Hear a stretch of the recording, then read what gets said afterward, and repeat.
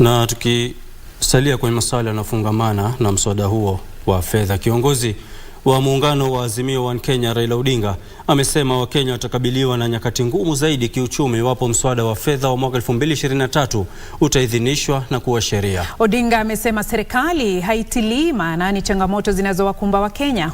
Alionya kwamba iwapo serikali haitaondoa mswada huo, upinzani hautakuwa na budi ila kuitisha maandamano ya kuupinga.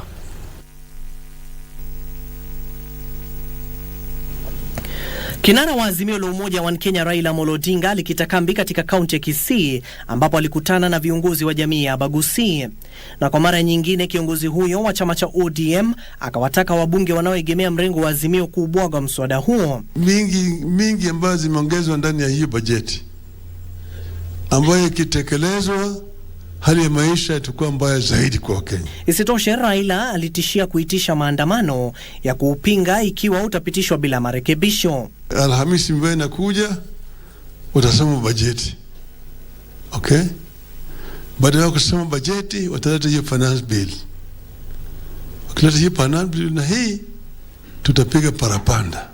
Mswada wa fedha wa mwaka 2023 umeibua hisia mseto huku upinzani ukishutumu serikali kwa kuwarundikia mzigo wa ushuru wa Kenya. Macho sasa yanaangaziwa wabunge kuona ikiwa maoni yaliyokusanywa wakati wa vikao vya umma yatajumuishwa kwenye mswada huo. Abdiaziz Hashim, Darubini.